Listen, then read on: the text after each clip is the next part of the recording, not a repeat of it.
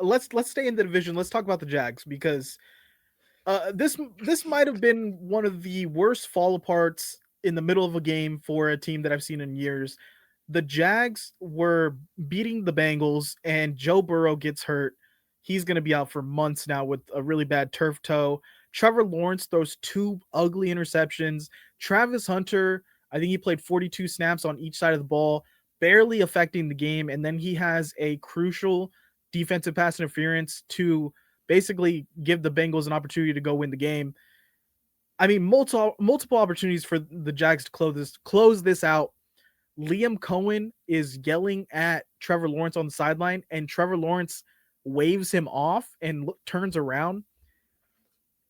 What do the Jags do from here? Are they just going to be a complete train wreck and tear it all down, or is Liam Coen going to be able to right the ship? I think they are going to tear this down.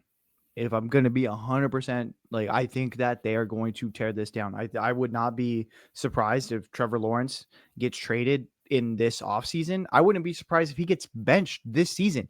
He is bad. He is a bad fucking quarterback right now. Like, he is not good, and he is not running the system, obviously, that Liam Coen wants. And I don't know if you saw this. I think this is the first time I've ever seen it, but it was such a bad showing and such a, like, where Trevor Lawrence, brushes him off.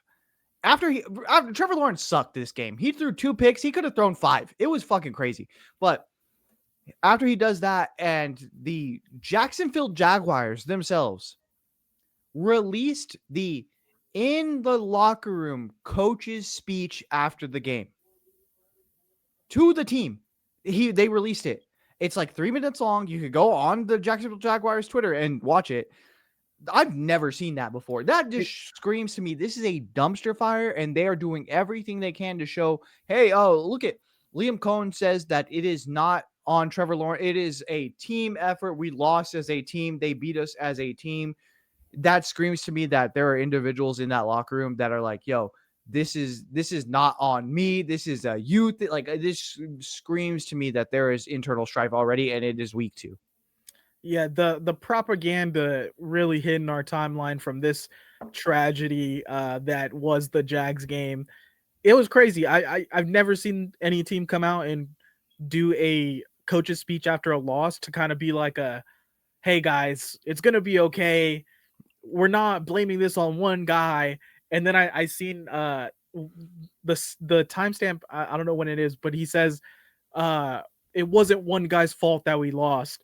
And one of the players is side eyeing directly at Trevor Lawrence, and they freeze frame that.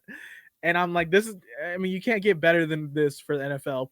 I love it. The one thing I will say is Liam Coen is right. It is not one player's fault. But it's Trevor, mostly Trevor, Trevor Lawrence's fault. but Trevor Lawrence was ass. Brian Thomas Jr. was ass. He was straight up ass. He needs to be, like, I don't think that they're utilizing Travis Hunter correctly either. No. I told you this, and I know that we have this argument like off camera. Travis Hunter should be their number 1 DB, and then he should be just a slot receiver. I think that is the perfect combo for him. And I seen someone's quote unquote highlight tape of Jamar Chase going against Travis Hunter. He went against, it showed like 2 plays. That's it. Like, they needed to stick him on Jamar Chase the entire time and be like, hey, sink or swim. This is why we drafted you, to go out there and face the best receiver. You need to stick to him like glue. That you need to travel with him. And I get the Richard Sherman mentality. I stick to my side of the field. No, you are our best guy. We drafted you this high. We need to trust that. You need to follow Jamar Chase.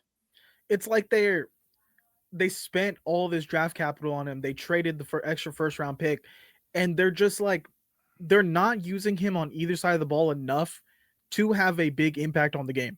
He had 3 catches for 22 yards, and he actually gave up some plays to lose them this game on the defense side of the ball. But I feel like that's part of, like, he needs to settle in. He needs to play enough snaps. And I think he needs to pick one side of the ball and perfect it and get really good, get comfortable with the game speed, and then work in on the other side. And whether that's I'm of the mindset that you do not spend all that draft capital on a corner. I think I would prefer him to be their best receiver and work in on corner, but I understand that he probably would be better as a player as a corner who comes in and plays the slot, plays receiver a bit. I just don't think you're getting enough bang for your buck for what you invested. I mean, I could see both sides. Um, but basically, if you're gonna make him play equal amount of snaps, just let him play 80 snaps each way. That's Yeah. what he's used to. That's what he wants, and let him go have an impact and let him figure out on his own. Listen, buddy, you cannot play 150 snaps in an NFL game every single week because it's clear that I think Travis has made it known to them.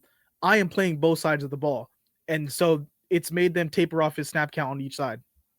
Yeah, no, 100%. Like I think I said it jokingly off camera where I was like, "Hey, they're just like he will improve with more snaps." And you took it as a joke, but I'm actually being dead serious. Like I think that he would improve with a higher usage rate, and I think specifically on defense. I think that's where naturally he should be is on the defensive side of the ball. And I think that he would create an impact there. If you had someone there like if he was just dedicated to defense, I think that you would see like, okay, yeah, he's locked down. On the